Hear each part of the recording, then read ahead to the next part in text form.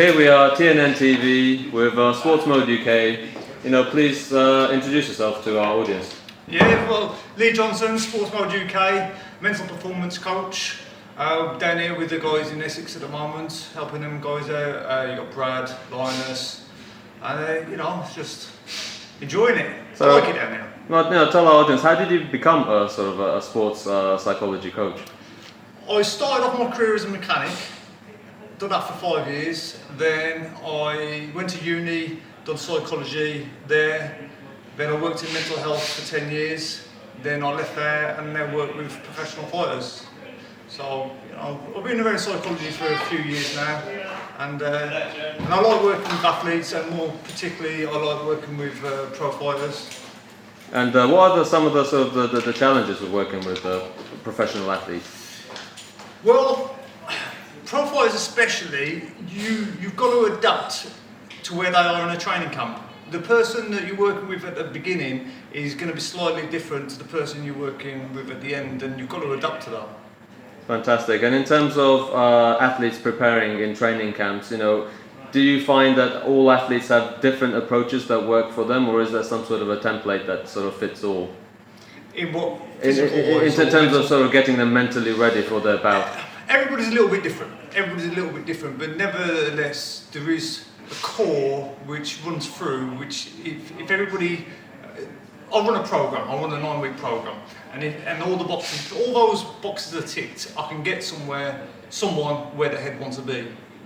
Fantastic. So sort of like they set their goals in their mind, and you sort of help them achieve those goals. Absolutely, yeah. So the first session is really finding out what they want, more to the point how they want to feel, because everybody wants to feel a certain way, Then if we can find out how they want to feel at a certain point, we can work on getting them there over the weeks.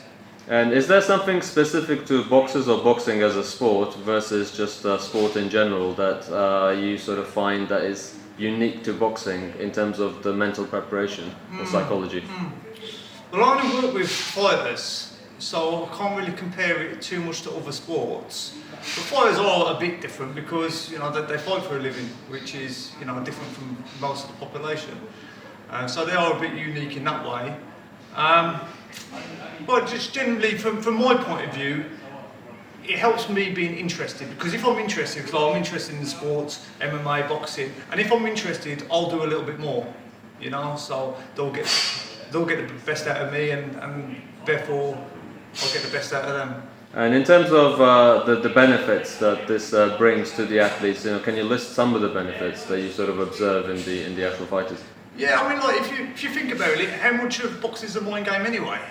It's massive. So if you can get a couple extra percent, you're going to do it, aren't you? And a couple extra percent is the difference between winning and losing. But generally, what I see is more focus, more confidence, more calmness, and those three tend to be a theme the benefits which people get. Because also, fighters sometimes perform well in the gym and then they have some sort of a mental issue or roadblock when it actually comes to fight night, or vice versa. You get people who maybe don't quite perform in the gym but sort of turn up on fight night. So is there some sort of a difference in some fighters' mental approach, you think, that enables them to either perform or not to perform in these different settings?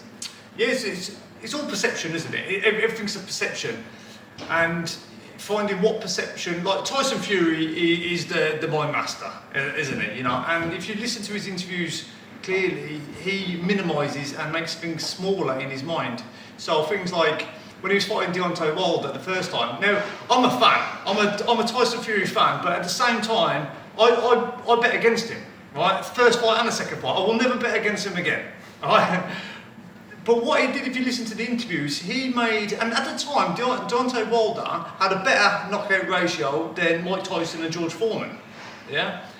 And if you listen to him, he makes things smaller. Like, he was saying things like, oh, well, he's just a man with a basketball player, skinny basketball player, 2 arms, 2 legs, or he's a spaghetti hoop type man, so he was distorting the images in his mind to help him perform fantastically, which he did both times. Yeah, I mean, a lot of people also say that someone like Deontay Wilder, he's obviously has a certain state of mind. It's almost some people accuse him of being deluded, but that could potentially help him perform better, right? In terms of that self-confidence that he has, that self-belief that other people perhaps perceive as being unjustified.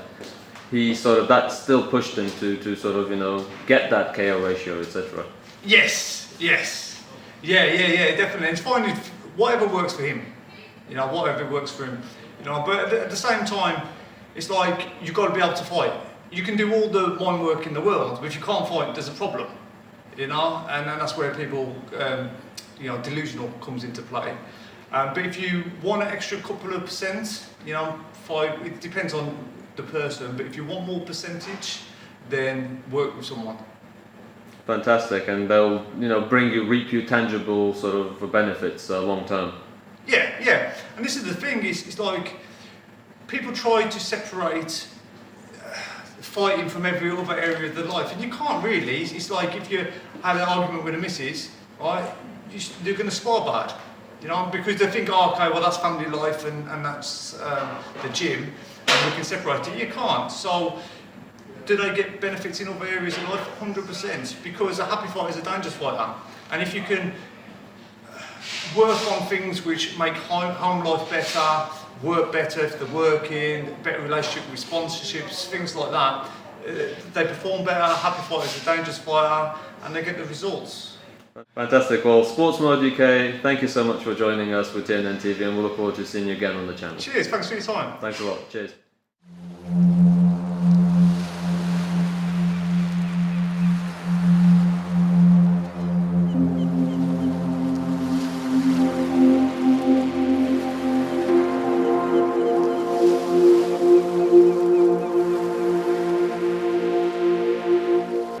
Yeah.